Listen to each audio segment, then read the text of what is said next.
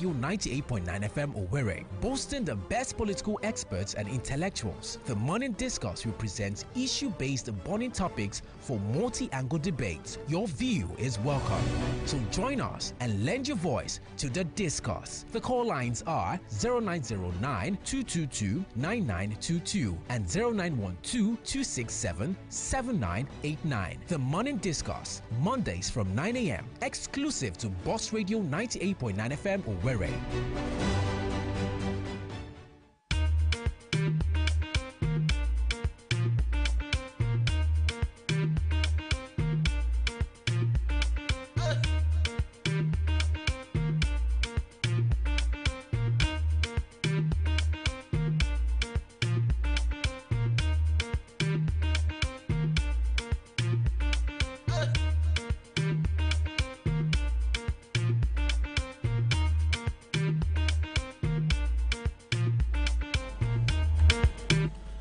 A wonderful morning to you out there.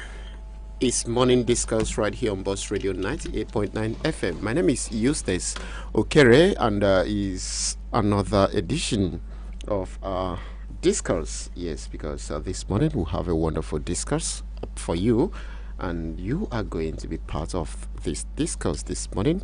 You can join us via our Facebook handles, Facebook, YouTube, and of course Twitter, all at Boss Radio 98.9 FM to be part of this discourse. And of course, in time to come, I would open the phone lines for you to ventilate on the topic this morning, which is of course on the strength of the opposition in Imo State. Here's the strength of the opposition and review of Dr. Ikedio Hakim's second term bid.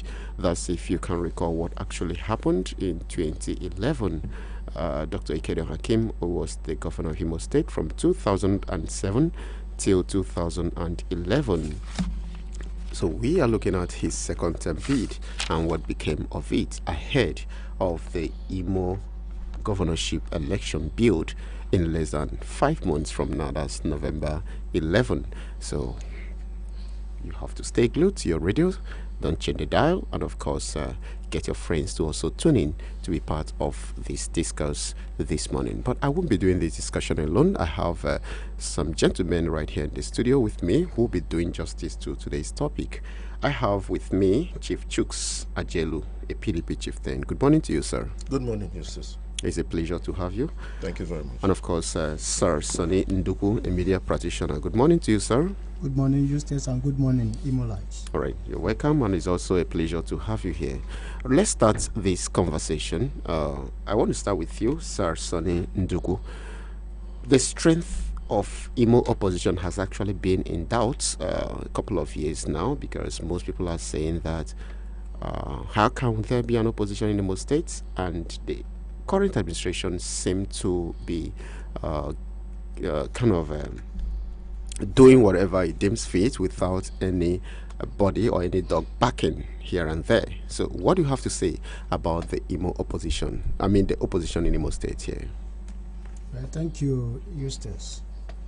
Imo currently, as we move towards the electionary campaigns ahead of the November 11 governorship election, the opposition political parties are positioning themselves and as well about to kickstart their campaigns. I will limit mine to the People's Democratic Party, which I've been following their activities. And of course, it should be the major opposition parties. So, of course, PDP is the major opposition political party in the state. If you follow the trending news in the past weeks, PDP is the major opposition political party in the state. Okay. Yeah. For PDP as a political party, the party is set to kickstart its campaign because I believe the members of the campaign council will be shortlisted in the next 48 hours, and the various directorates that will man the segments of their campaigns have already been put in place. I know that the ruling party are jittery.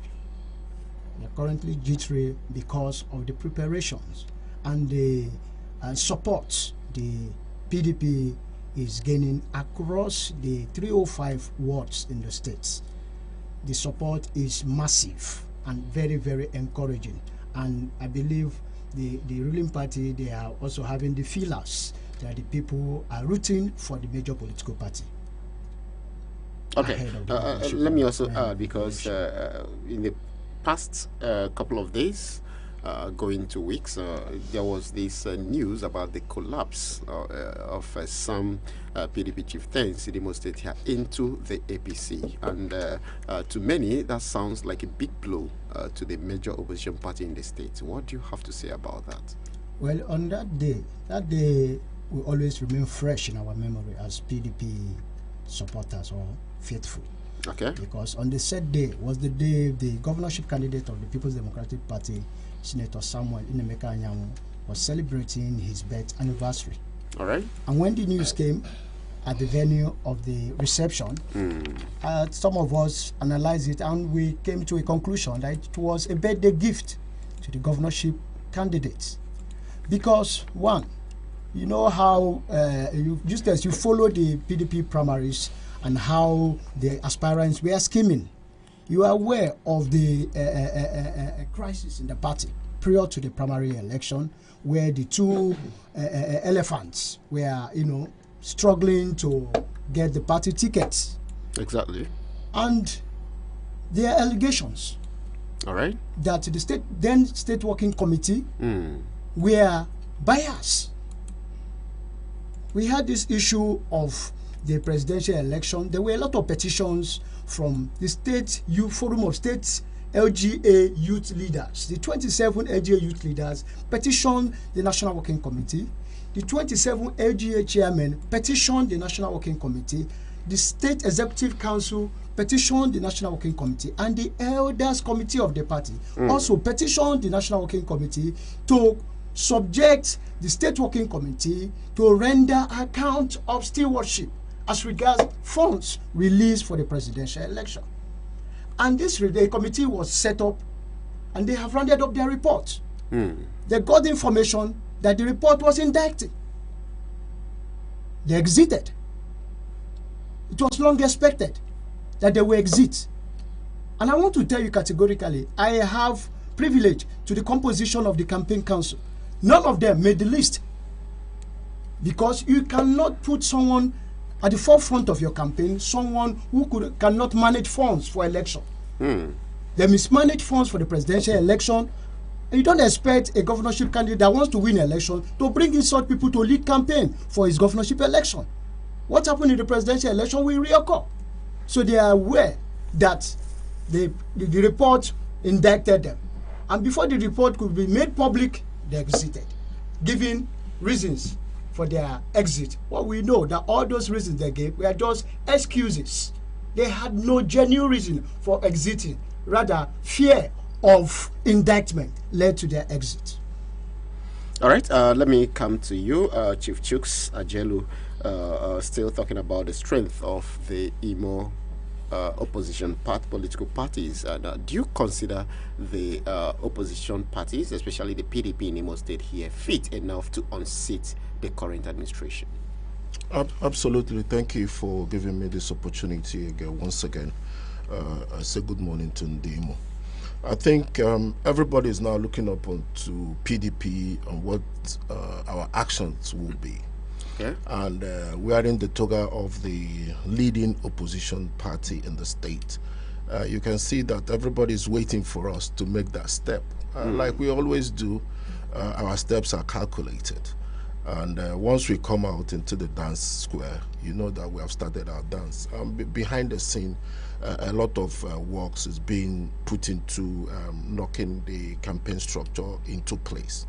And those are strategies that we're going to unveil in a couple of days to come. But the important thing is, when you flip the side of the question that there are some individuals that left the party and the significance that will cause to the party. PDP has been having such a knock all this while, and is a stabilized party. These are 7 individuals who, like Sonny has said, left the party based on some issues relating to financial misappropriation. But when I look at it, place it to the joy, what I feel that the joy the APC on the other side are jubilating, I ask myself a question. Is it for 4 years that the benefits to Ndimo to achieve democracy is by wooing 7 persons from PDP over to their side? Is it an achievement? To me, it beggars belief. That is a government that is disjointed. Actually, before that, many PDP chieftains have been collapsing into the APC. You are aware of the last time the governor welcomed the former the former member of, the former member of Abombisa and Gobala Federal Constituency, alongside other leaders in the party. And right now, or let's say a few days ago, then some members of the state working committee of the PDP also collapsed into the APC. So many say that perhaps the current administration or the incumbent governor is powerful enough to get the PDP leaders by his side in order to continue his administration. Eustace, you and I will agree on one point, that politics is an interest game, depending on where you sit and your ideology, and what you intend to achieve to your people. If it's for personal reasons, then that is up to you. But if your goal is collective and for the benefit of Ndimo, then I think you step above the fray to be able to think the benefit of Ndimo. These are individuals who, for one reason, best known to them, has left the party. And the party, being a systems party, has filled up those vacancies. While you recall, that the governor was receiving Lesiania, and I think that is the issue you were talking about. The governorship candidate of the People's Democratic Party was the Ngobala, receiving hundreds of people who defected to the PDP. So it's like a church program. When you are in a church, you leave your service, people come in. So it is a continuous rebuilding process. But the important thing you should note, it gives opportunity to individuals in the party to exhibit their capacity to be able to now discharge those functions. Prior to the publicity, who was I listened to your verbatim interview with Collins on this program, when he was castigating the government. All of a sudden, less than 48 hours, is whining and dining with the same individual that is castigated. So you ask yourself, what is going on? Do you understand? But the issues are there. The issues are germane. Is PDP poised for this election? Yes. And we can be able to beat our chest and tell Ndimo that in a couple of days now, they will see a machinery that is well-oiled, well-drilled, under the leadership of our campaign candidate, distinguished Senator Samuel Mekanyang, in combination with Right Honorable John Sonyeri, PhD.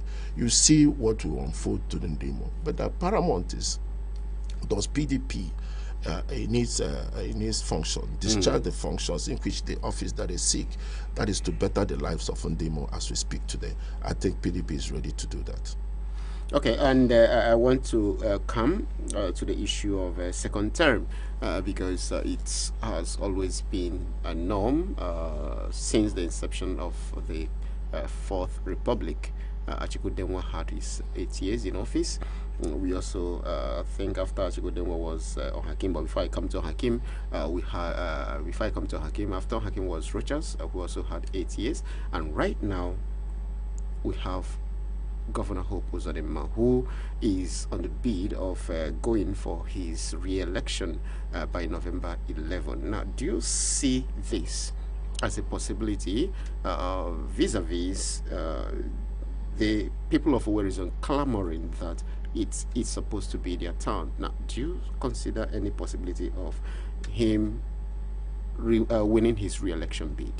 I think PDP has a strong percentage of winning in this coming election, based on some factors. You draw into the zoning arrangement, and from inception, you and I will agree that Olo has been able to sit in the government office for 20 years or thereabout, and Owerri has done none.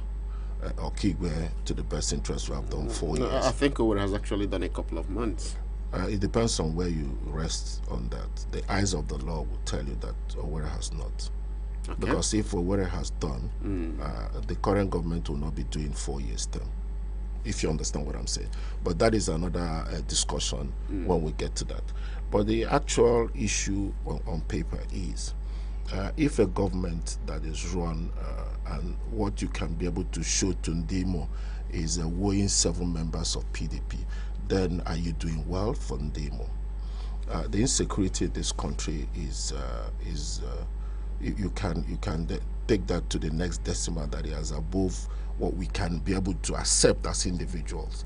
But going back to history, like you rightly said, I think in 2007, when Hakim came on board, you see the percentage of voters that turned out to vote at that point. That was deriving from the administration of Udenwa and the achievements of that PDP government. Okay. But if you compare it into figures and percentage, you can see that when Udenwa came in 1999, he won his election, or those that voted in that actual was about 768,000. And Udenwa won that election with 50.6% of that election, about 388,000 odd votes against the APP. Then in his second term, Udenwa won with about 695,000 votes against Ezekiel Uzogo with 242,000. When Hakim came into place, you can see the numbers of voters are rising from the performance of the PDP government under the leadership of Achiku Udenwa. That we had 1-point-something million voters, and PDP had Ike won that election with 749,800 votes. That was in 2007. No, but Ike Hakim did not win on the platform of the PDP. I hope that was on the, if you were inside and center of that election, you understand that there were other side attractions that came into that alliance. There was an alliance and agreement. But at the end of the day, it is the euphoria from the Udenwa administration that gave Ikedio Hakim that number of votes. But when you look at when Rochas came on board in 2011, that fell a bit short. Okay. Rochas won his election, you and I know, with 336,859, if I'm correct, against Ikedi, who was trying to make his second bid. Okay. But when you put those political statistics, you put those things in together and be able to see, when you came to 2000 and the one that brought the current administration into place, that came forth in that order, you believe that he put about 96,000 initial result declared by INEC, and that result later was obtained by the Supreme Court. You remember the 388 polling, Ghana must go result sheets that came into place, and that bumped up his figures. Now, if you put that 388,000 polling units, came up with 213,000. That gave him a figure of 309,000, upturning it, making him has 273,404. So if you put these figures into place and you kind of project what is going to happen, probability, what is going to happen in November, and with the lack of dividends to Ndimo, you can agree with me that we are going to see a figure between 350, 340, thereabout, for who is going to emerge as the governorship candidate. But the issues there are, what are you bringing on board? Like we have said, and we have reiterated at different fora, that the PDP candidate under the leadership of distinguished Senator Samuel Nnaemeka Anyanwu has tagged his manifesto to Ndimo as a one-point agenda and based on security, because you and I will agree that security is the be-all and end-all of whatever you, as a responsible government. When you have security, you can build on infrastructure, you can build on other things. Having said that, Ndimo will hear the agendas of the PDP in a very short time. And you see, when you look at it, you now understand the deliverables that are contained in this manifesto for Ndimo. So I believe that Ndimo will be rest assured that once they vote for PDP, this November election, that will be able to deliver the dividends to them. I thank you. All right. Okay, let me come back to you, Sir Sonny Nduku, because I know that sometime in 2011, the then governor of Imo State, Governor Chedo Hakim, was actually or attempted coming back for a second term, even when maybe the look, or will I say the disposition of the people then was not a welcoming one for him, because the people actually needed a change. Now, do you see the same scenario in this current administration? Do Imo people need change?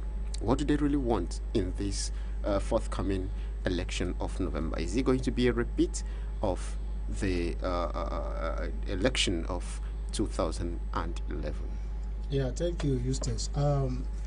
Imolites, based on a survey,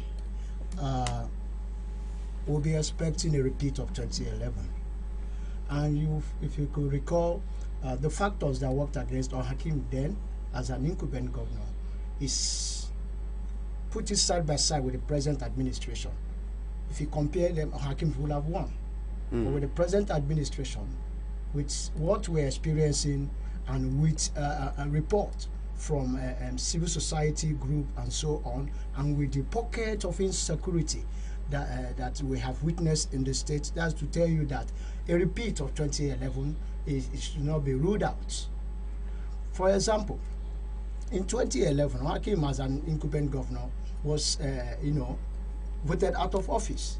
That is to say that this incumbent governor can also be voted out of office. It's not all about buying endorsement and so on and so forth. The present governor of the state is also aware that Imolites don't want him. If he is convinced that he will win the election, why do we go about arranging for endorsement? I want to tell you that virtually all the groups in the state has come to endorse him. The town unions have come to endorse. The traditional rulers have endorsed. The civil service have endorsed. The affiliate labor unions have endorsed. The LGAs have endorsed. CAN, Christian Association of Nigeria, has endorsed.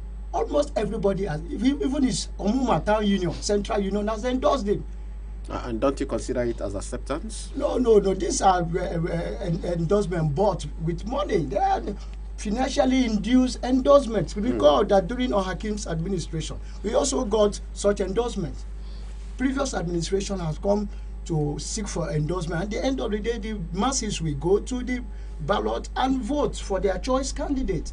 So I want to let you know, as a public affairs analyst, that based on what is happening in the state, with the prevalent insecurity in the state, the people are tired. If you are a coach, and you are a coach of a Premier League, the management of your team will tell you, we want this player to play in this match. We need him to play. And you know that in the first half of that football match, that player, the fans do not want him again. Each time they pass the ball to him, the fans will be booing him. As a coach, what will you do? The team players in the field, they don't want to play together with him. What will you do? You bring him back to the bench. The Imo electorate are now the coach. They have watched the first half of the match. Okay. And they have discovered that this player in this first half will not lead them to victory. So the best thing is to bring him back to the bench and bring someone from the bench to go in for the second half and bring the trophy to the team. And that is what will happen in Imo come November 11.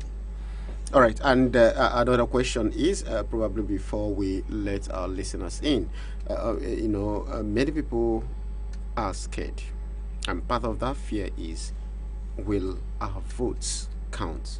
When you look at what happened during the last general election, where the number of people that actually took part in the presidential election reduced drastically in the governorship, or let's say House of Assembly election, because they felt their votes did not count at the previous election. So now, do you see a similar scenario playing out? Because most people actually easily get, kind of discouraged when what they expect failed to happen?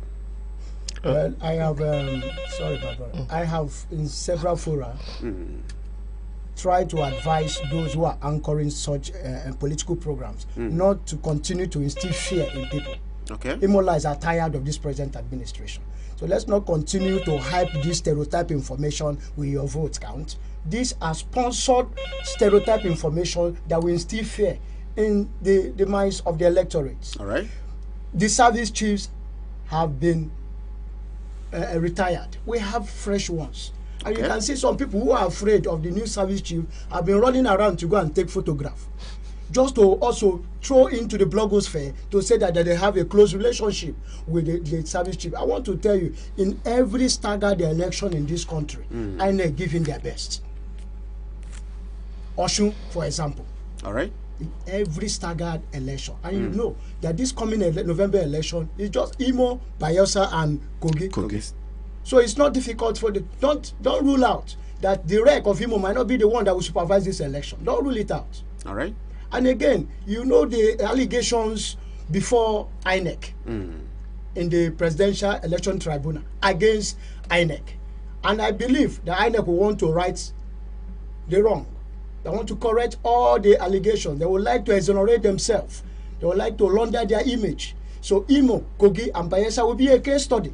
So nobody should say or share this information to the social media. Don't go and vote. If you vote, it will not count. These are APC-sponsored information, and the opposition political parties are aware of this information. People will go and vote, and their vote will count. All right, and of course to you, Chief Sajelu, you have something to add to that? Yeah, I think I'll add to what Sonny has said. I think elections are predominated by the local issues. All right. And when you come to Imo State, the local issue, the one on the burning border is security of lives and property of Ndimo. Exactly. And I think nobody will be sleeping while you have a chance to be able to now say or contribute your quota into what you feel or what you think is the best government that will come into place. I think, like we said, they will let us dispel that rumors because we believe that INEC will be on their best behavior.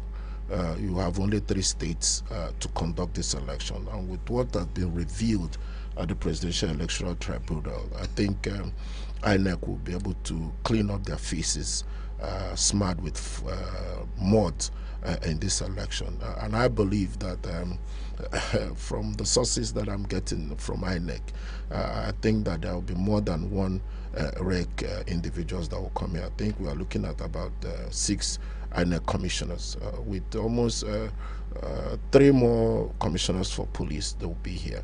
So security and the performance of INEC is up there for everybody to see. And I believe, like Sonny said, the new IGP that is on the saddle will be able to now put up a good performance, calling on his men and troops to be able to do what is needed and be able to secure Ndemo as they go out to vote. And I believe, based on the information and what we have in the public domain, it's only the PDP that is poised to compete with the APC government that are in today. And what you see on the face value, you see a party, APC, that are in disarray. And being a political scholar, when you look at some of the things and the decisions they have made, you know that it doesn't breed that confidence into their loyal troops. This is a government that started with the deputy governor incumbent.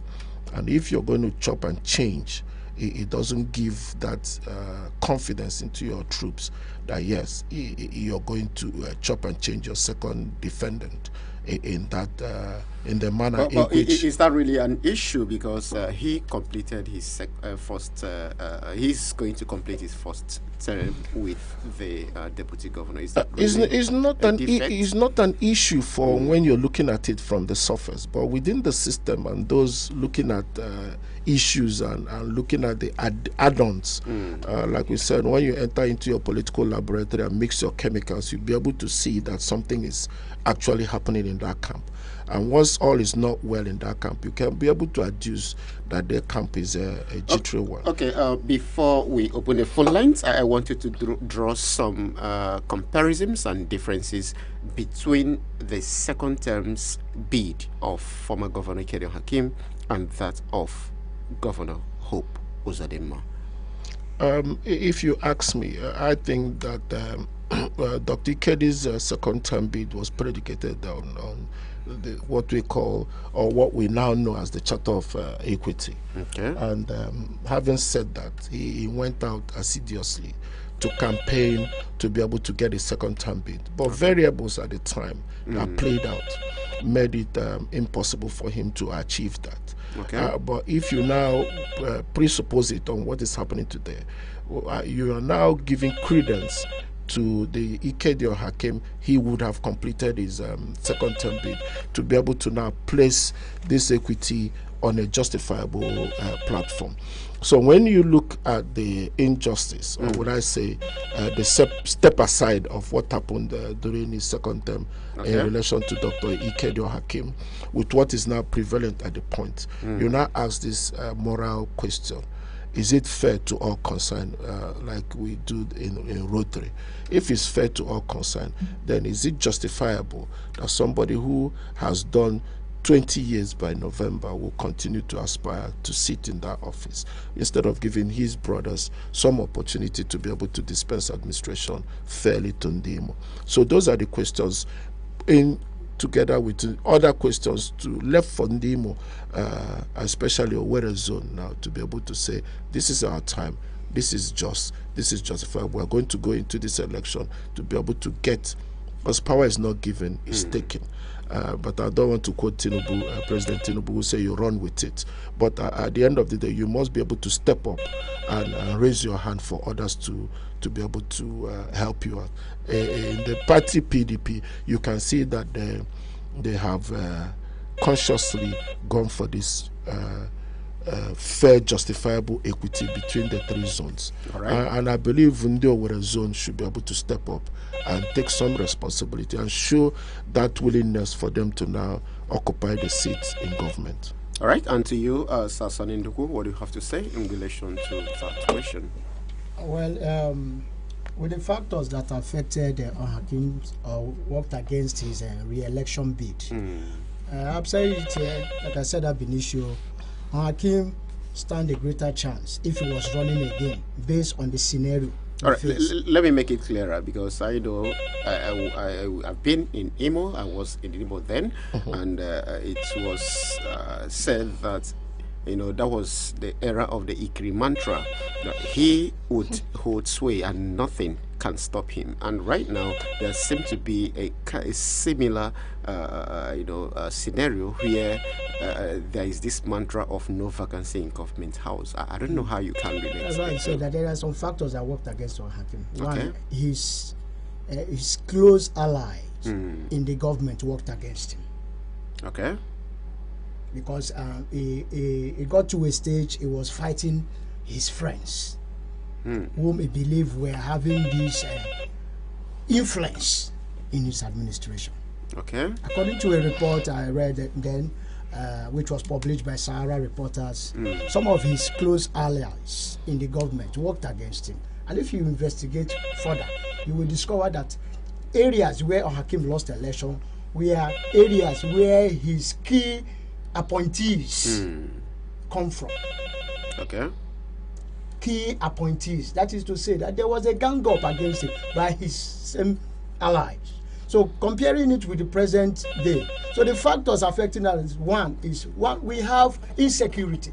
All right. Let us tell ourselves the truth. And with this insecurity, our economy... You mean the current administration, yes, or that of... No, the current one. According to this current, we have insecurity, business is not thriving. Okay. People are deserting their communities, relocating outside the state, and so on. And with this indictment from the Inter-Society Group, and so on, with their report, which was published last week in Enugu, and giving records of thousands of Imolites that have deserted their area.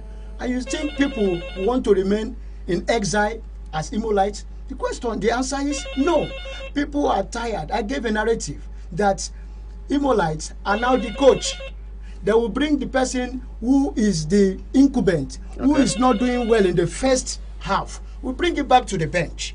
And you get someone who is coming from the bench to go in and end the full time so that we can get trophy. Imolas are tired of the current administration. So this issue of financially induced endorsement and so on will not hold anything. The people will vote and their vote we can't. Also, note that the Labour Party is also in the ballot, even though they have issues of litigations between Atan Achono and Ukebu. But the Labour Party is in the ballot. So don't rule them out. And not just the Labour Party, we also have other political parties, the AA, they also have litigation as well too. So that's why PDP stands as the opposition political party, the major opposition political party. All right, I think we need to let our callers in so that they too can be part of this discourse. Hopefully, if you have more things to say, I'll be allowing you to do that shortly. But let's let our callers join the conversation.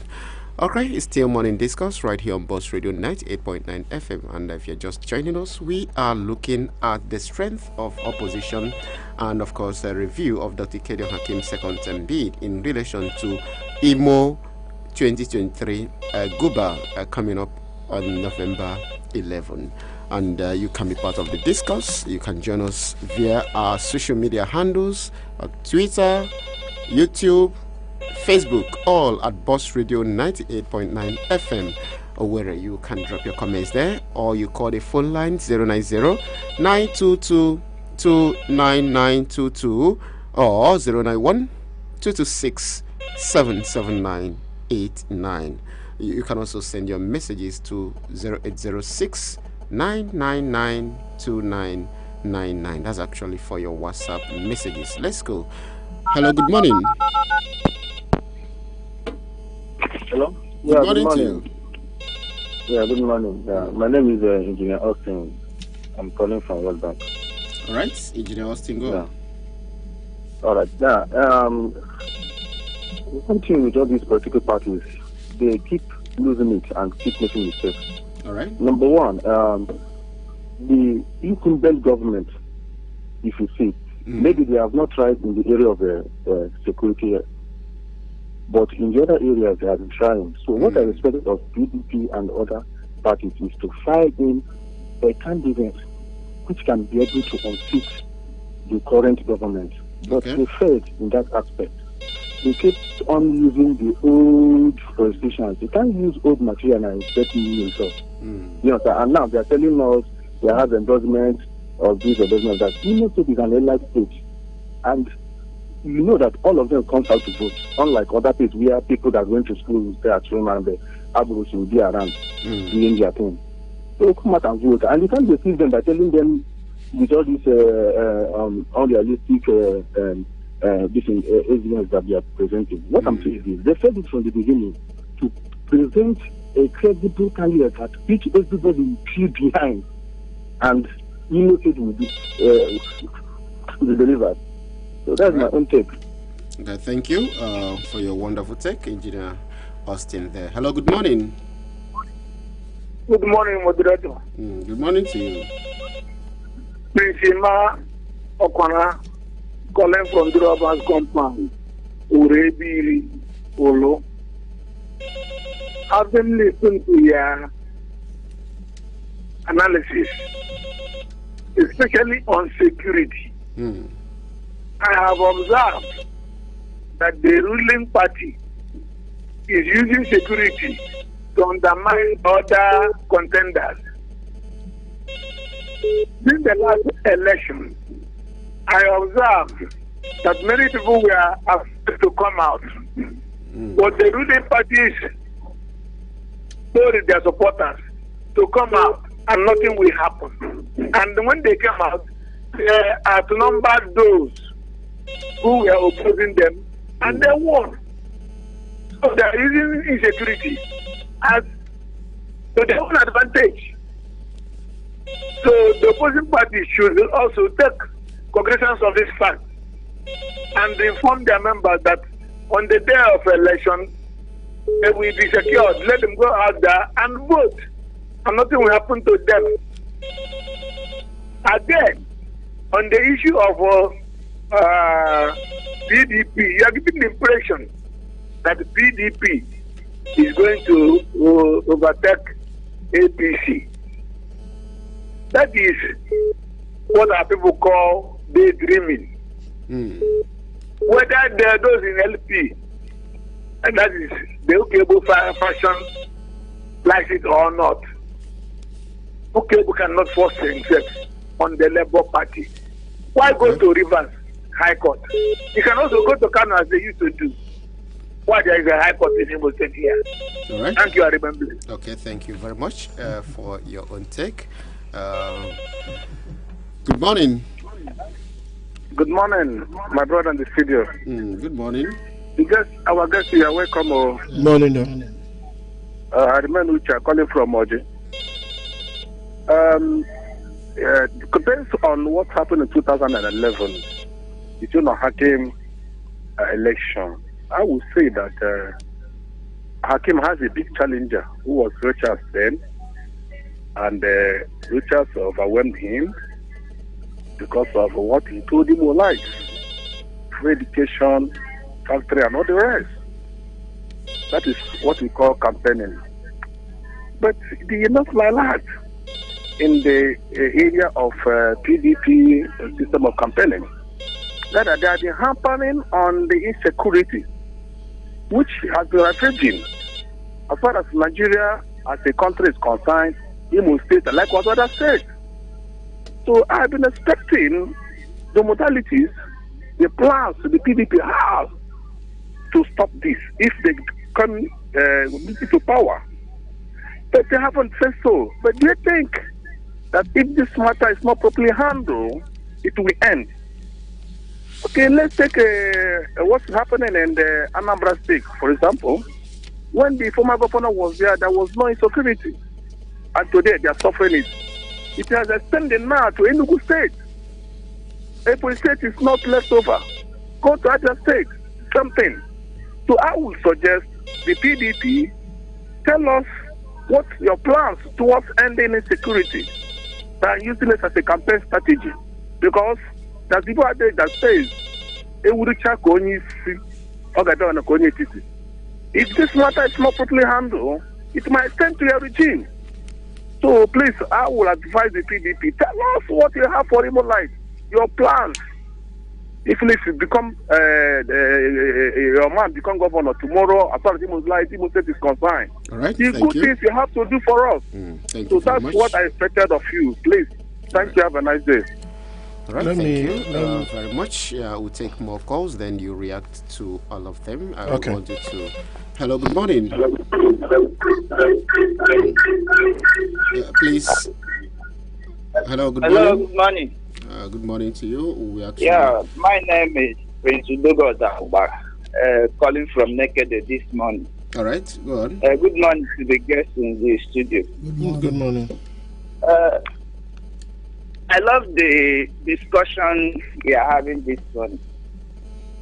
If you ask me whether to defeat Uzodinma is achievable or not, I would say it is possible to unseat Uzodinma. The present governor we have today, we know that he's somebody that hardly wins any election. And we know his weaknesses. We know his strength. Relating our discussion this morning to what happened during our Hakim tenure, when our Hakim was trying to go for his re-election, and unfortunately he lost out to Owele Richard, who was the candidate of Rapoga at that time. Such thing is evident to happen in India today. Rally for a zone can rally around their own. How do I mean? Hakim lost out because of a zone betrayed Hakim. But if a zone as today can rally around their own, that will happen to this Samuel Anyanwu and John Sonyeri coming from Oluzon, where the present governor hails from. if they can cage Oluzo and Nathan Atrono, who is the candidate of Labour Party, cage Okiwezo, and our zone ran Netanyahu, it will be very difficult for Hope Uzodinma to win his re-election. We know his antics, we know his secret, we know how he wins the election. Right, and remember that this election is... I think you've actually made your point. Thank you. Let's give other callers opportunity. Good morning. Yeah, good morning, boss. Yeah, my name is Echi, calling from Amakoya. Good morning to the guest speaker over there. Good morning. Yeah, good morning, sir. I think my contribution on this is PDP as a party has been in major opposition, and with that, Nigeria as a country has shifted from the PDP rule to the APC. So it really takes a whole good strategy for PDP to unseat or overturn the current government, irrespective of the political party. Then me, as a person staying in Imo State, listening to the radio and at the same time being participating in major political events. Okay. I've not really seen the modalities which PDP has given to the Imo light that they are going to unseat the governor. All they keep hammering is the insecurity. Good and fine, yes, it's actually a menace that hits the state, but how are you going to tackle the insecurity, which is your campaign strategy? You should be careful. And the person who is actually representing the PDP is a senator who happens to be the national secretary to PDP. So, having such a person, and at the same time, his political portfolio, what is the strategy? How is he going to, what is that thing he's going to use to buy the part of the people? Because at this time, the current governor is stronger than him. So he meets the people. And you don't just need those people by you coming on air. Every day people advertising it. It is by you coming on air telling the people how you're going to do. So you check where this governor is lacking and you come and tell the people this is where I'm going to fit it in. It's not by you every day antagonizing him. Thank you. Right. Thank you for your wonderful take, and I think I would have to allow my guests to react to some of your contributions before going back to the phone lines. All right, let me start with you, Chief Chooks.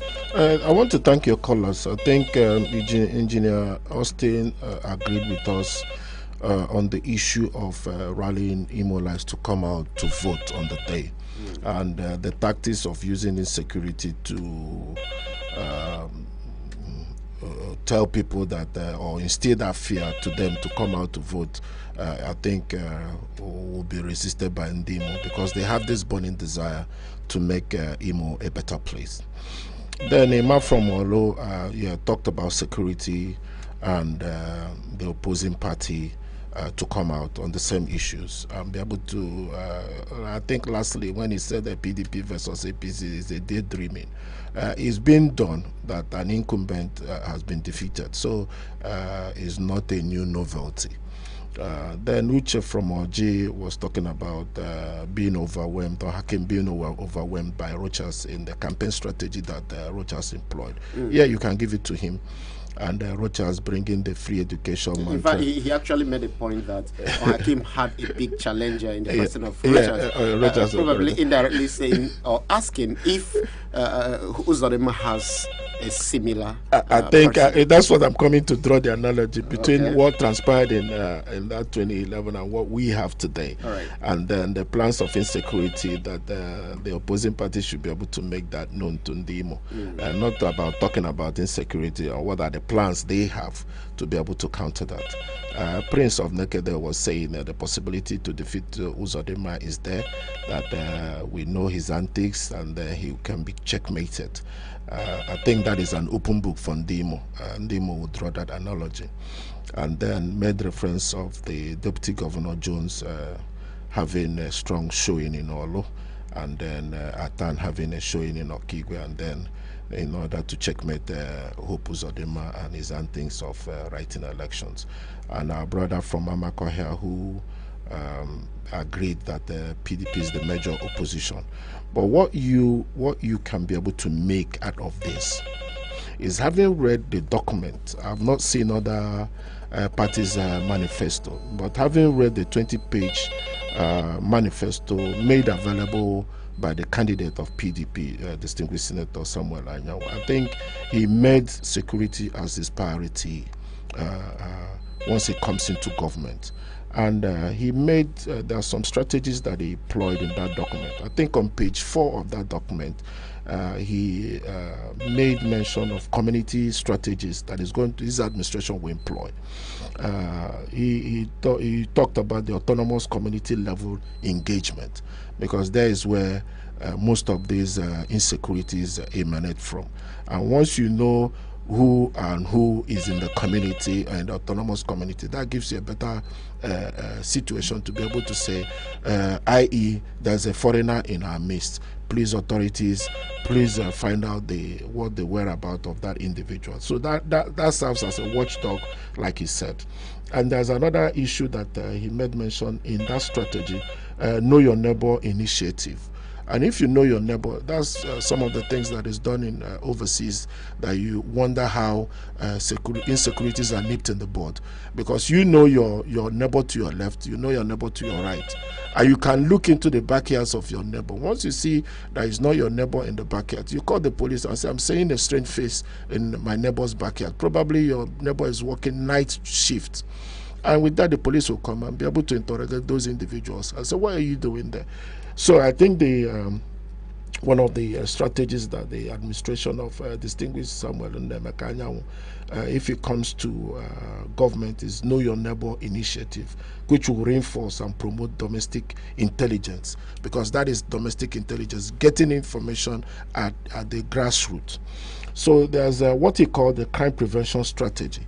And that is, most of these things are things that if you look at that document, you'll be able to see for yourself. And I think every administration or every serious opponent will not be able to disclose all the strategies that I have. I think when they go to meet Ndimo and those questions are posed to them, they'll be able to satisfy Ndimo that they are the best administration, if voted into power, that will make them sleep with their two eyes closed. Okay. All right. And to you, Sassoni? You know, there's this fear in the air that it will be very difficult to rescue power from the incumbents. And some of these people that are allaying these fears drew their conclusion from the last state assembly election. Okay. And we have continued to let the public know that the last state assembly election in the state was conducted without the governor being in the ballot. And to the best of my knowledge, I assessed that election as a councillorship election conducted by State Independent Electoral Commission, because there is no state in the federation that you will conduct an election that the opposition political party will be unable to secure seats in the State House of Assembly. So some of these people are laying these fears, drew this conclusion from the last state assembly election. But it's not going to be the same in the governorship election, because we have the likes of Atan Achon on the ballot.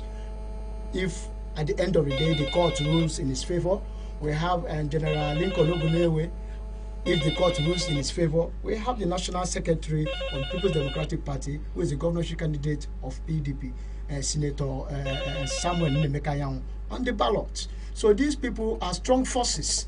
So in their various regions where they come from, and also recall, you agree with me that, for example, if Atan Achon end up getting the judgment in his favor, this election is now going to be a regional contest where Atan Achon is contesting from the Guber zone, Senator Anyanwu is contesting from Owerri zone, and Hope Uzodinma Are you ruling off other contenders from the Owerri zone? Because we have, apart from the candidate of the PDP, we also have the AA candidates, we have the Accord candidates, we have some other candidates of other political parties.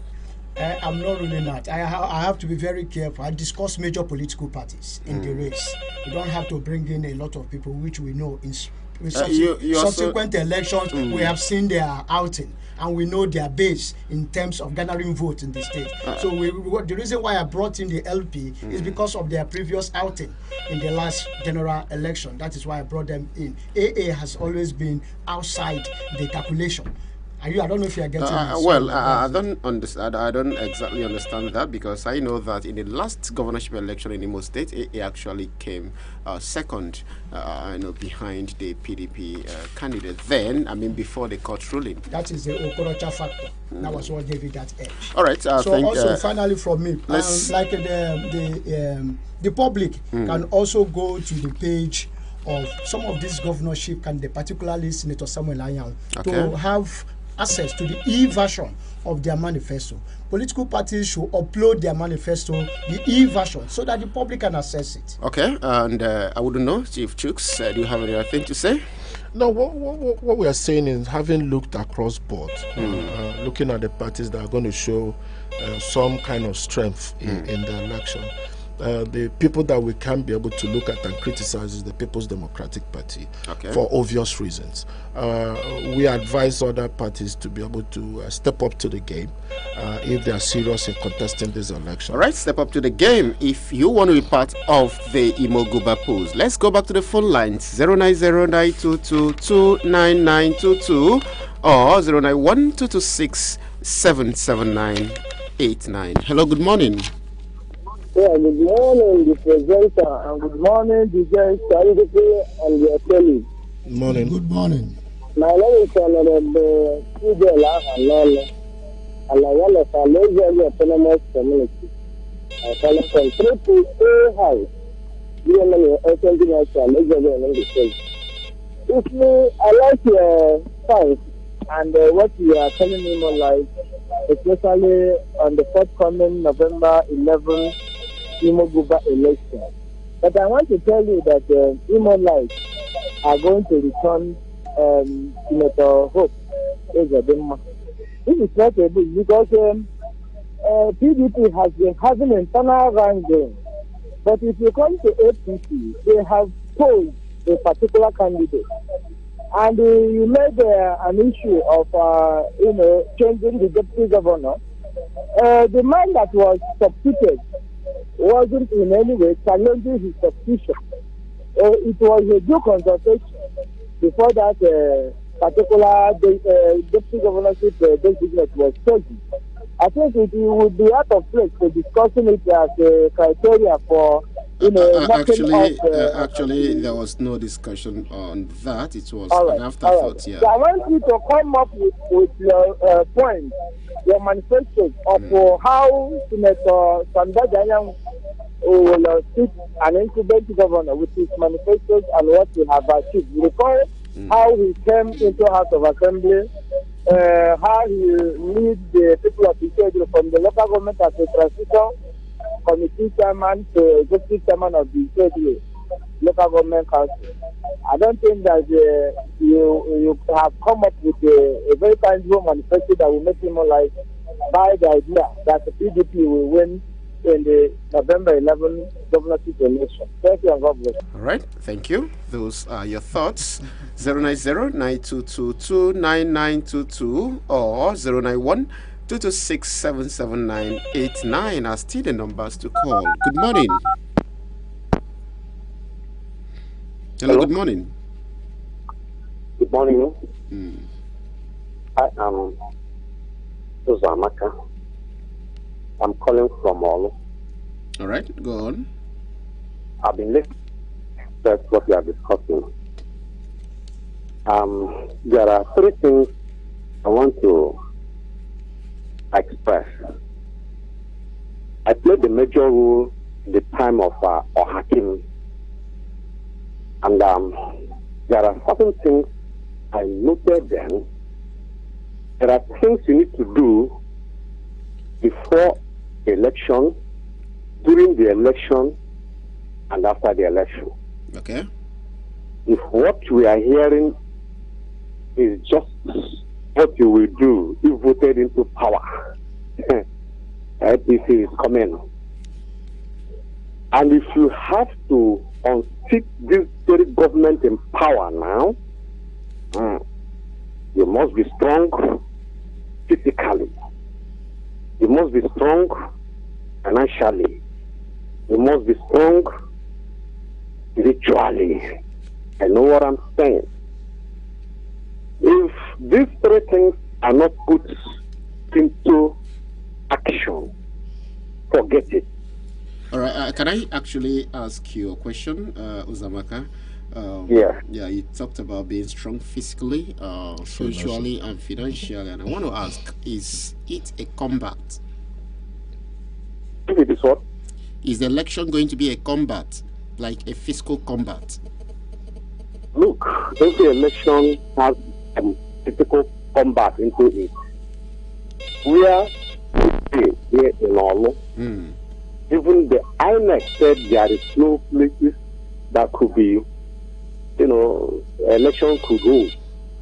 But we know how it was held, using Amadaka and all those. So I don't know if somebody could see that as being physical. All right. Thank you. You've given your answer, and I believe my guest here would be able to address you once the time is right. 09092229922 or 09122677989 are still the numbers to call. And don't forget, we are still on Morning Discourse right here on Boss Radio 98.9 FM. Good morning. Good morning, our presenter. Good morning, our guest in the studio. Good morning. This is the voice of Levanos Agoara. This morning I'm calling from my village, Amuzi, Omrechen, Ohio, Hamberi.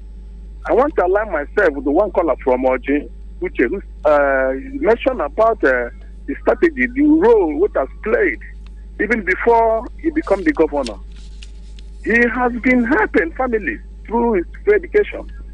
And that was the only thing that helped Rochas, made him popular, and Imolites voted him. My question is this now. Samuel Namekanya Samdadi, has he that charisma? Has he that quality in him to overturn the sitting governor? That's my take. All right. Thank you. Okay, thank you. I think he just posed the question there, and that will be addressed by probably Chief Chooks here in the studio. 09092229922 or 09122677989 are still the numbers to call. Remember, you can also drop your comments on our Facebook, YouTube, and our Twitter handles, all at Boss Radio 98.9 FM, or where to be part of this discourse. Good morning. Sorry, you cut me off when I have not finished. Just a minute. I'm Mozamaka. All right, you have 30 seconds. Okay, please. For these opposition parties to wrestle out power from the incumbent, they must have a serious coalition. The issue now may not be who will be the president, the governor, but how to unseat this war. And strong coalition amidst the whole opposition party will do it. I am here. I know what is happening. All right. Thank you very much. That's Uzamaka who called in from Olu. So, stressing that there should be a coalition of all opposition political parties to be able to unseat the current administration. All right, let me quickly take this from our social media handle. It's actually coming from Tona Akojiru. He said, well, PDP and other parties cannot win with the type of personalities they have presented. In the case of Hakim and Rochas, the Rochas was seen as Messiah. He presented himself as such. He said, when you want to win a competition, you have to source for the best players to be able to do that, both in rigging and free and fair election. Okay, I said other political candidates. Okay, so I think that's actually the point he was trying to make there. And at this point, I should allow you address some of the comments by our callers. Well, let me take on Ahanono, who called, I think from Mumbi Tolu, was saying that Hope Uzodinma made consultation, that is in respect to the DGov position. I don't want to go into the details, but there is in politics, when you make a decision that will affect the loyalty of your troop, then you have a problem. I think there was no consultation from the feelers we get from that camp to the final selection of I think Barrister Kemaro to be the running DGov, because what you do with that, based on the information that we have, there was an indecision. If you remember and recall, Commissioner Musu was a placeholder, and if you want to show stability in government, you go all out and be able to stamp your foot and say, hey, I'm running with he or she, whatever it is. We make that decision ab initio. There was instability in doing that. And when you read into the choice, because from the sources we gathered, he went to Okigwe South and touted some 2 individuals and promised them DGov position. When that heat was on, he went to Okigwe South, and 2 or 3 people were promised the DGov position, and finally he now rested on where he did. That shows somebody who has no clear and concise vision. So being saying that, I think Uzamaka came back and you asked him some pertinent question if this is a physical combat, but importantly he made some assertion that there are things you do before an election, during an election, and after an election.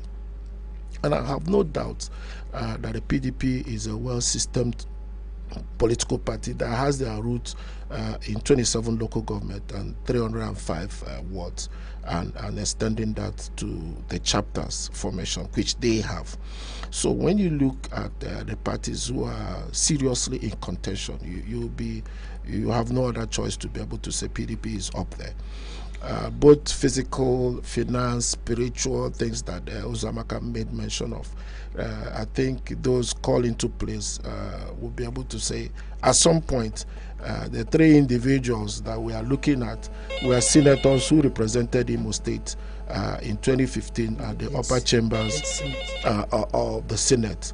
And we all know the records of these 3 individuals.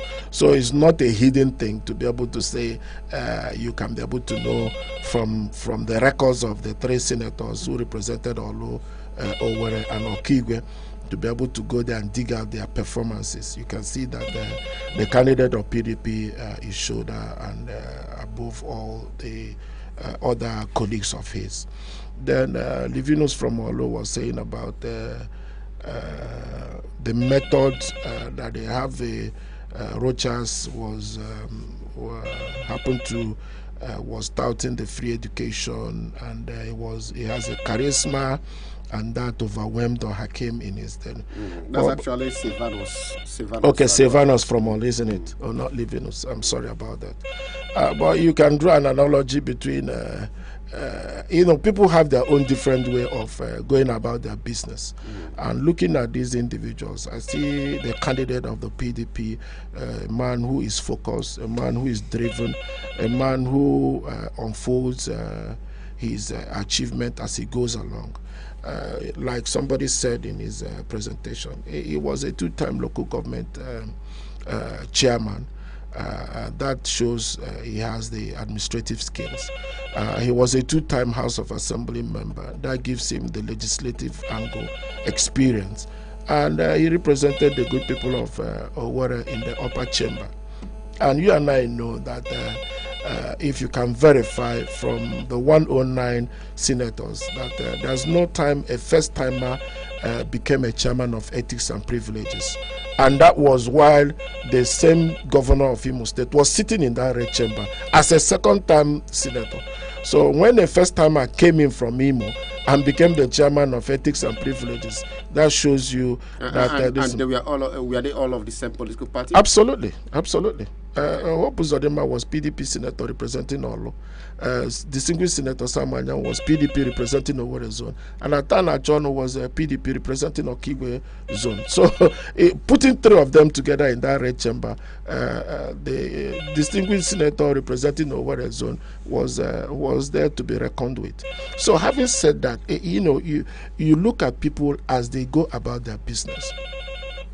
if you look at the American election and look at Al Gore and George Bush, nobody in the widest dream would ever give it to Bush to defeat Al Gore. Al Gore was a charismatic, had a charisma, was a senator at that point, came from a political family as well as George Bush. But at the end of the day, George Bush came out tops. You understand? And that is the same thing with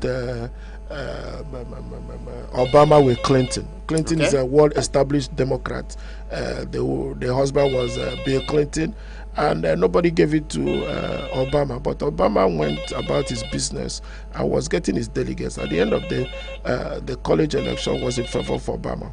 So you see somebody who has christened his campaign a divine mandate, and that mandate, like he said, is that is going to be the governor. And once you're looking at somebody who is decisive and knows where he's going and tells him, listen, I'm leading you to the promised land, and we have no doubt that distinguished Senator Samuel Nnemeka Anyanwu, among his peers in this election, come November 11th, will be able to get that seat.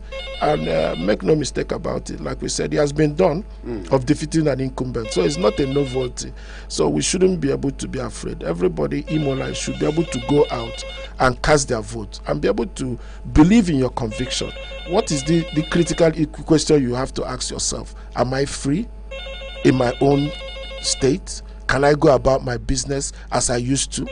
Can I be able to now look at the educational sector and get the best out of it?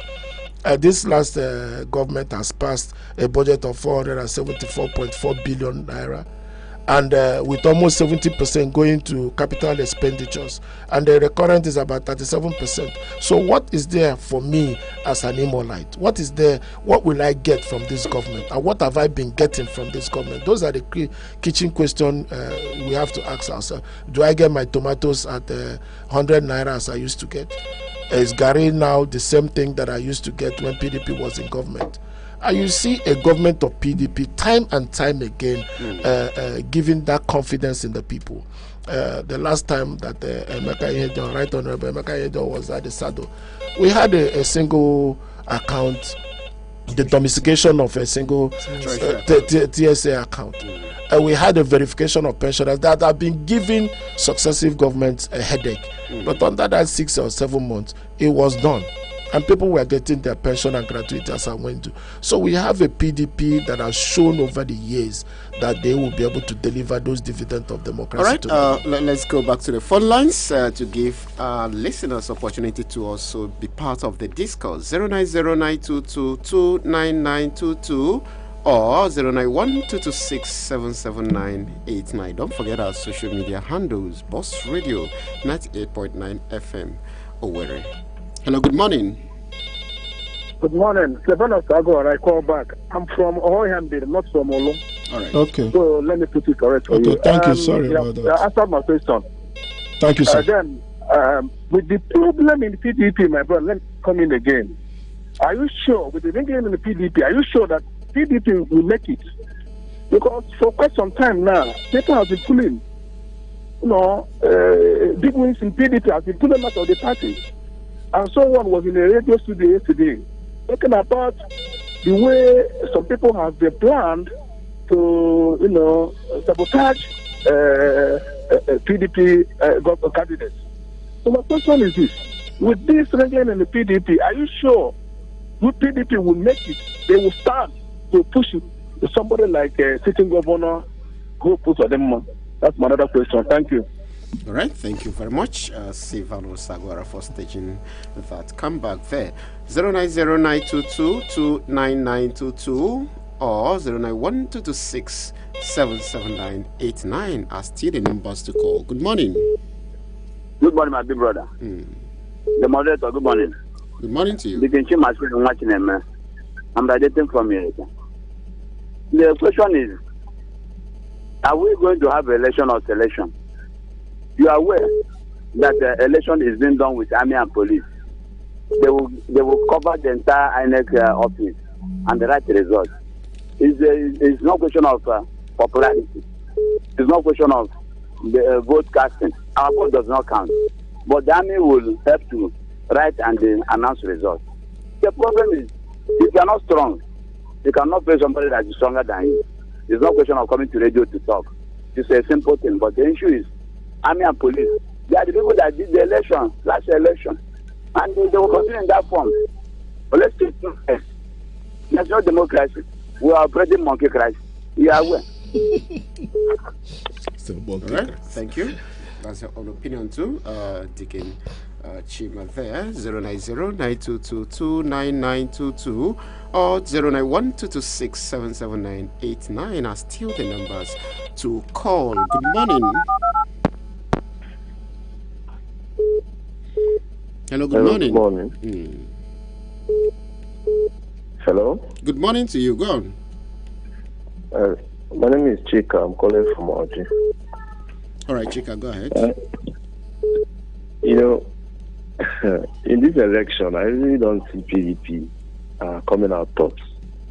PDP got it wrong when they gave Senator Samuel Naneka Anyanwu their ticket.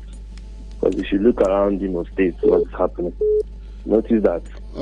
Okay, really, I think you're not really addressing the topic we have this morning. I believe you followed the conversation.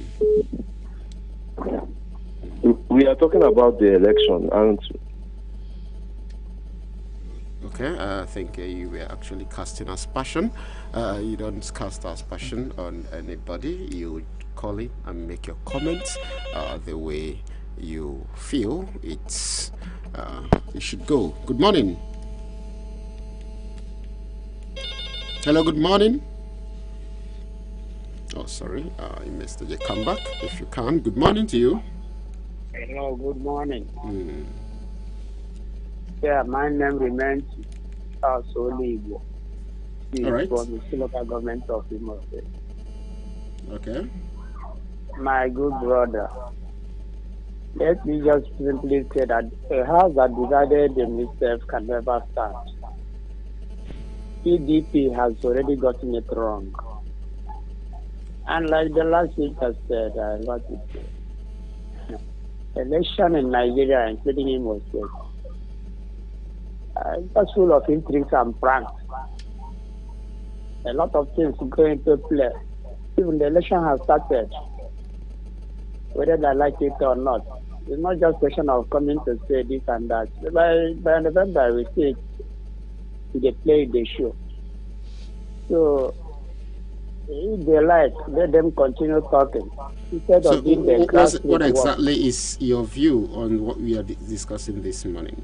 Okay, what I'm trying to say is that so far, PDP has not shown much seriousness to what they are doing from the look of things. All right. They should have to organize themselves. Look at the number of people that pulled out now the other day. They say it doesn't matter.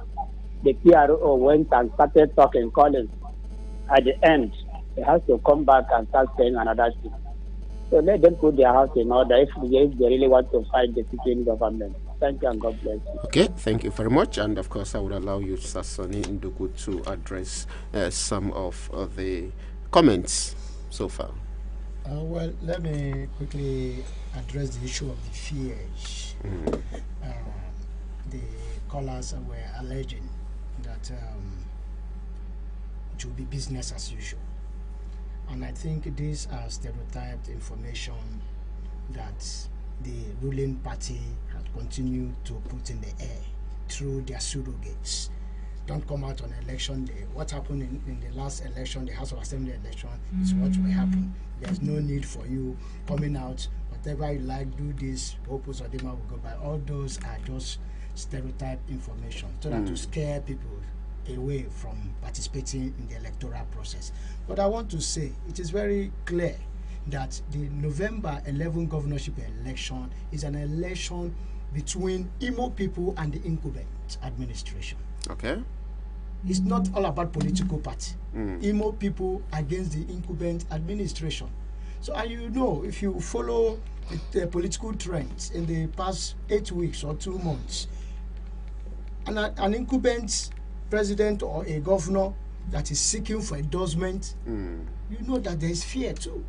He's not confident in his administration retaining the seat of power. Because if you are confident in winning, Why are you going about seeking for endorsement? And we have feelers from some of these people who have gone for this endorsement. These groups, the civil service, the can and so on, that they were influenced. And you saw what happened during the Ohaneze Ndibo endorsement and the Charter of Equity. You discovered at the end of that Charter of Equity that was read by some selected elders in the state, at the state government house, some of them said this was not part of what we agreed on. So this Charter of Equity, you rush to the State House of Assembly for them to use it as a working document, so that you should see that such person who is running for, who is seeking re-election, is not confident in winning election. So whoever that is allaying these fears, trying to discourage more people from taking active part in the electoral process, is a dead on arrival strategy. It will not work. In the next couple of months, between now and August, you will see the campaigns. Watch out for the campaigns from various political parties. And I want to tell you that it has happened before. An incumbent governor has been removed from office via the Electoral College.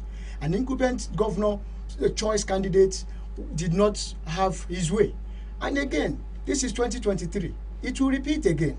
That is my take on this. All right, and Chief Chooks?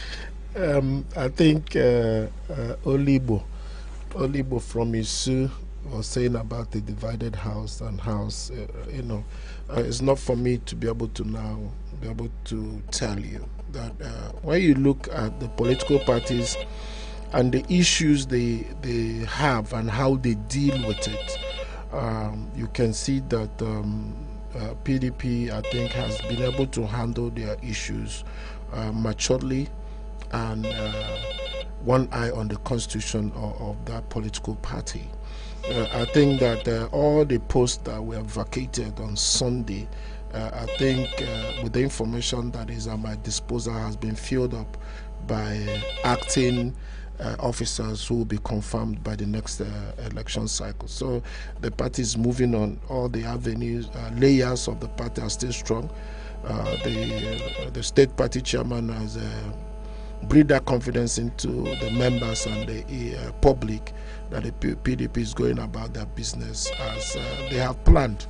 And I think when you look at the manifestos that are being presented to us, it's only PDP that have made theirs available as stand to be corrected. And if there is any link for other parties to make theirs available, let them do so that we can now look at what they have, scrutinize it, because what they have on paper is going to be different from when they are engaging in a public campaigns.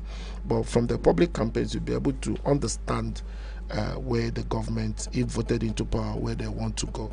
But I believe that the document before us, the PDP, is well primed to take over government. So they have done it before. It's not a novelty for them. All right. PDP has been in government. So, to be able to get back to government will not be a difficult one. Okay, let's take more calls. Good morning. Good morning, Boss FM. Good morning to our guests in the studio. My name is Steve Ozemana. I am calling from... Hello, Chooks. Oh, Steve, rather. Steve. Hello, Steve. Oh, sorry. Can you hear me? Yeah, go ahead.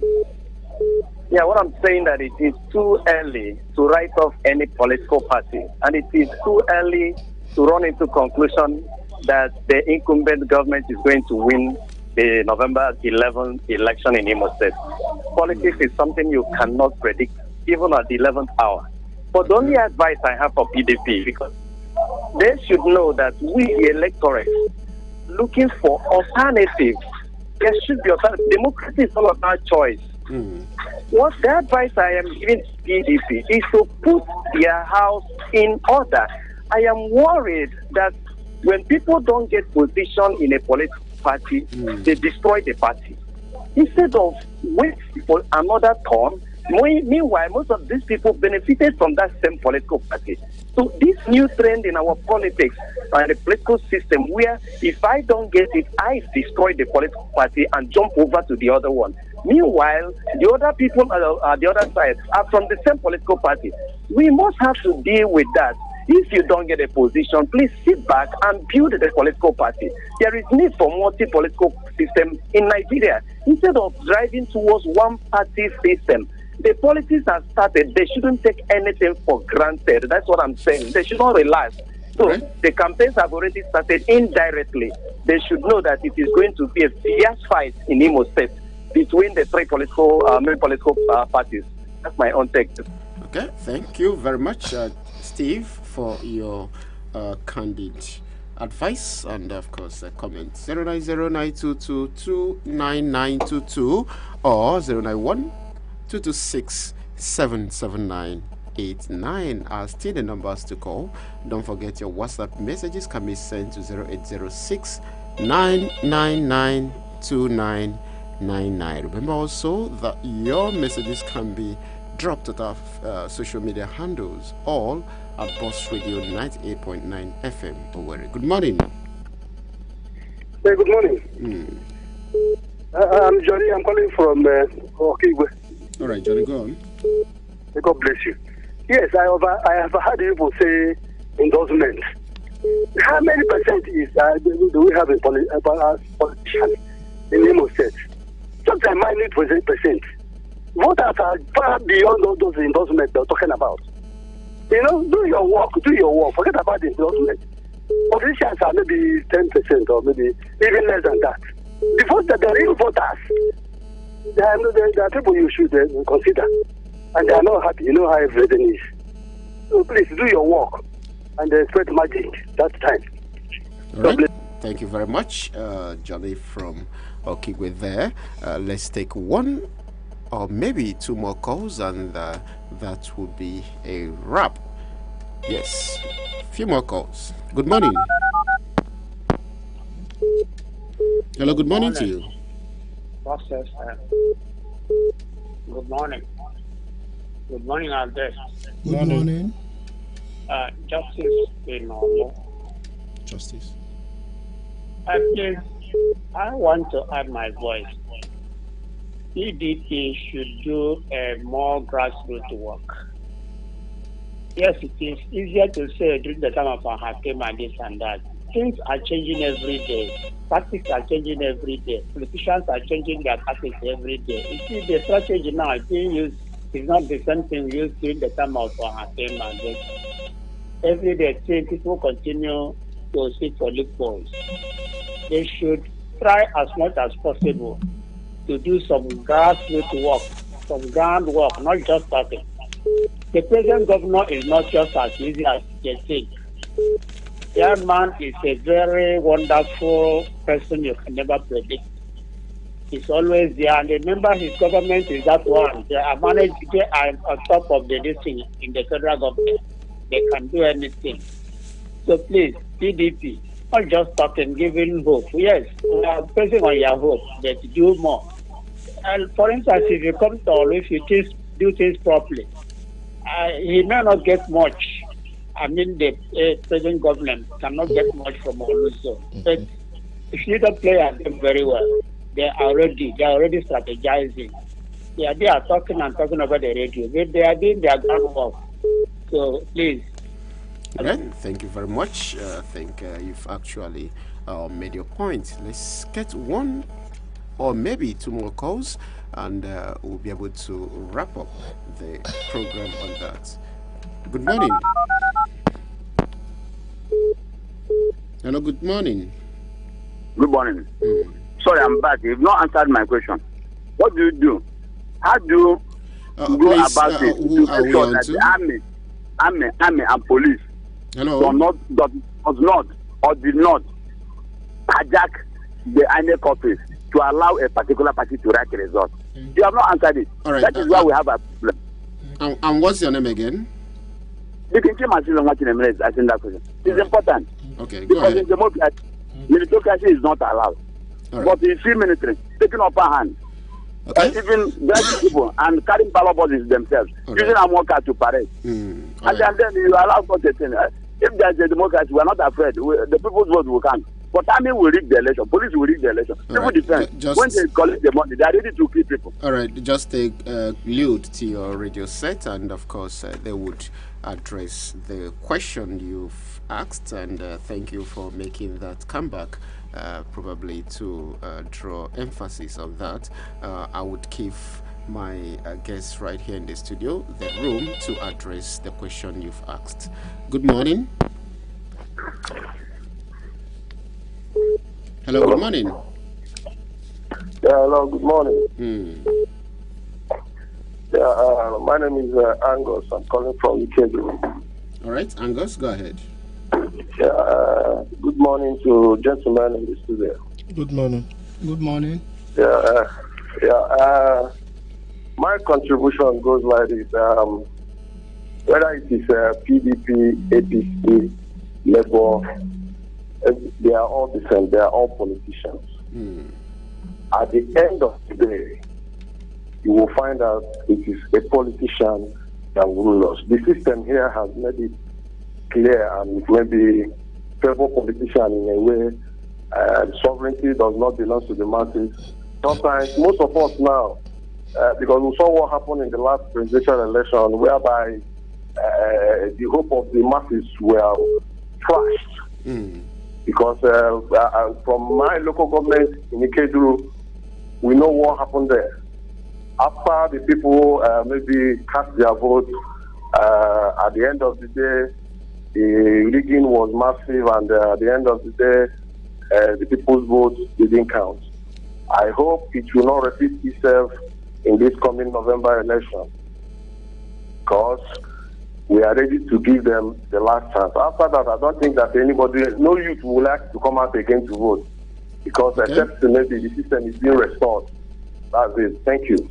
All right, thank you very much. And I think it's high time I gave my guests in the studio here the opportunity to address some of your questions and comments. All right, let me start with you, Sir Sonny Ndugu. Well, let me react to what Justice said. Okay. He requested for us to give him answers to the question he raised ab initio about the role of the...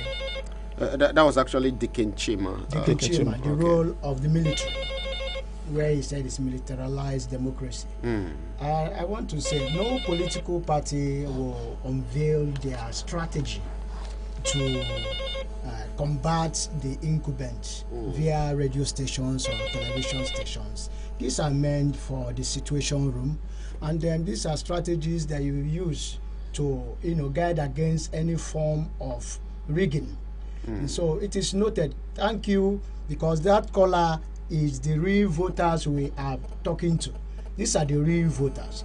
Those who are going about endorsing form less than 10% of the voting strength in the state. The real voters are prepared to vote, and what they are seeking for is protection of the votes cast. And I want to assure them via this medium that the opposition political parties that I have followed, particularly the PDP and the Labour Party, don't write off the Action Alliance Guber who is coming from the military background, that it will not be business as usual for the incumbent administration. They will combat with him wherever he's operating for, or whatever forces he's working with. So I want to assure the public that come out and vote. Your vote will count. And I want to assure them that their vote will be protected.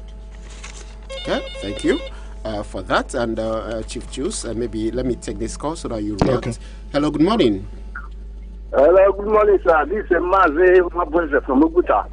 All right. First of all, I want to appreciate the member of PDP over there. But I want to advise them concerning this coming November 11th election. I believe that this our present government doesn't believe in election.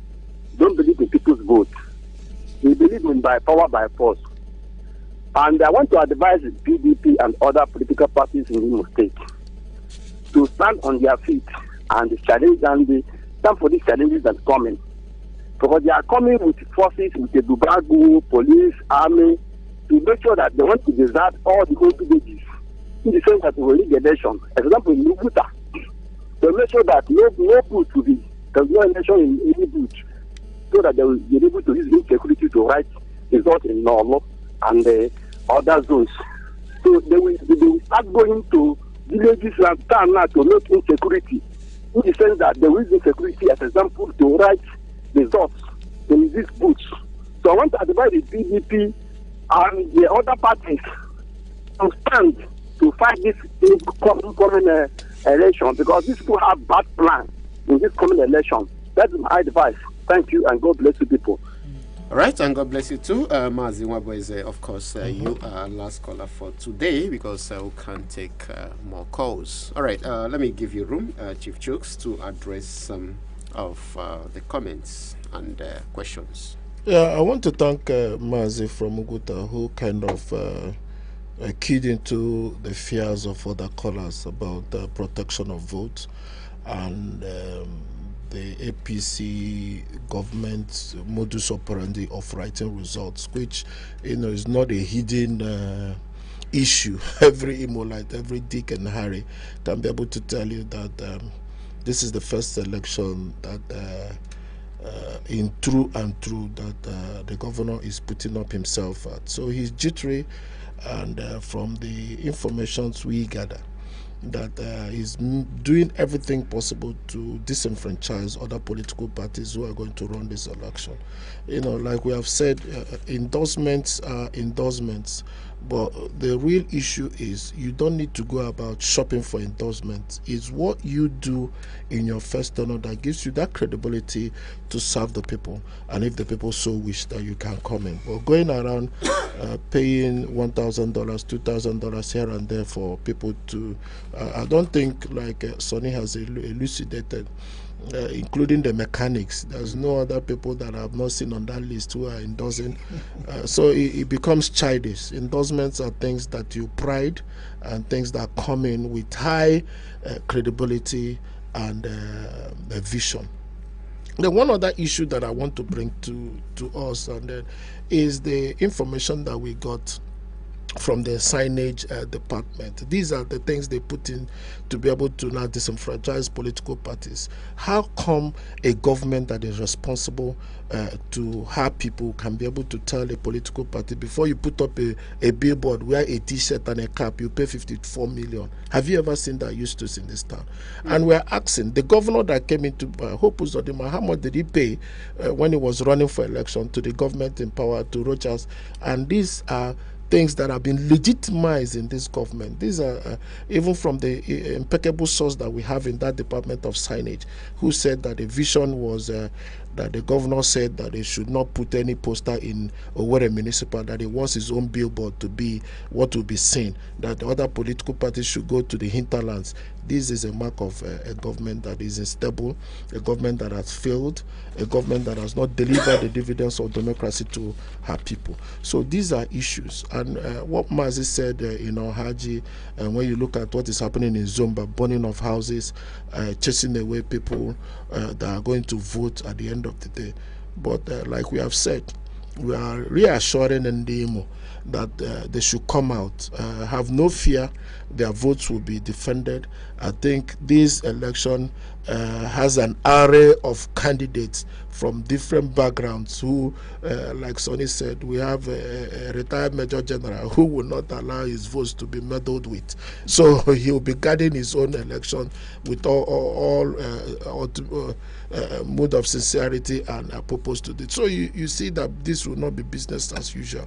Those fears that are being inculcated into Ndimo, that they should sit home and then allow things to run.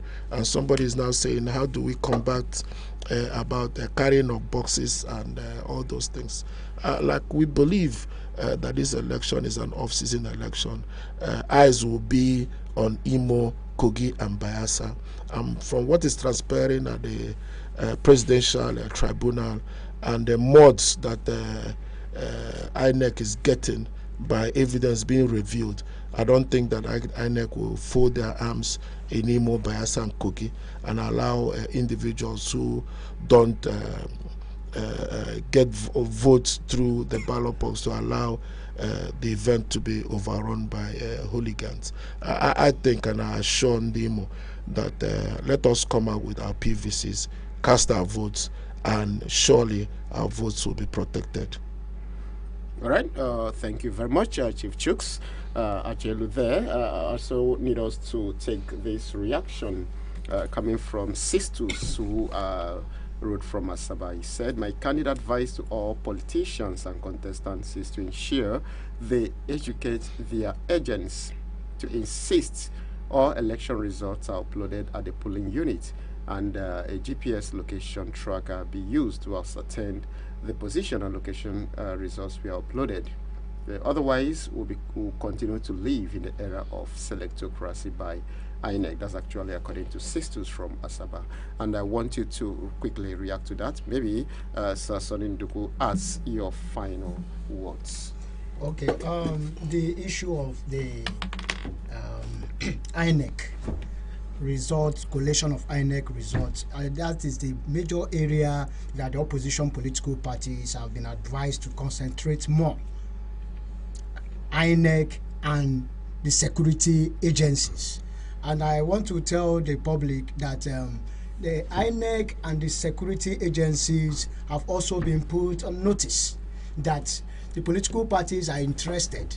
Their agents across the LGA, the LGA collection agent, ward collection agent of all of some of these political parties who have been briefed on what to do, because the last election is an eye-opener, was an eye-opener to Ndimo, where we got a report from the Presidential Election Tribunal where the results were blood.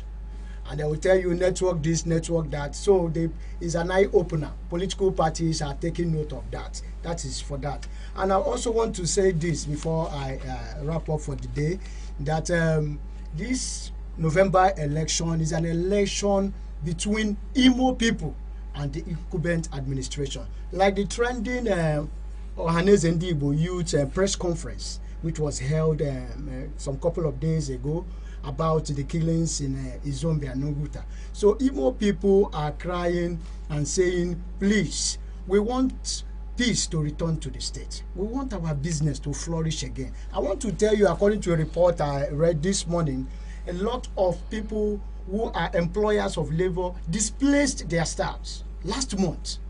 Some of them were displaced without notice because these employers of labor can no longer provide for their salaries. So this, as a result of Imo, that is known as a hospitality state, where people during weekends come to relax, everybody has relocated to other states. So some of these private establishments, they are closing down. The employers of labor are displacing their staffs. So this is a case between Imo people and the present administration. So it is left for Imo people to choose where they are going to, if they want to remain in Egypt or they want to go outside Egypt. Thank you. All right, thank you very much, Sir Soninduku, for your wonderful contributions, and to you too, Chief Chooks Ajeli. I thank you two gentlemen for coming today on the program. Thank you very much. Thank you. And thank you sincerely, our wonderful callers, Engineer Austin, Imo Kwara Uche, Prince, Fidel, Uzamaka, Sivanos, and of course the Kinchima, who have Chika, Charles, Stephen Ozemena, Johnny, and of course Justice, Angus, and the last caller, Mazi Nwabweza. I sincerely thank all of you for calling today on the program, and our numerous listeners out there. You are sincerely appreciated, and I'm Eustace Okere, wishing you all a fantastic week ahead. Thank you.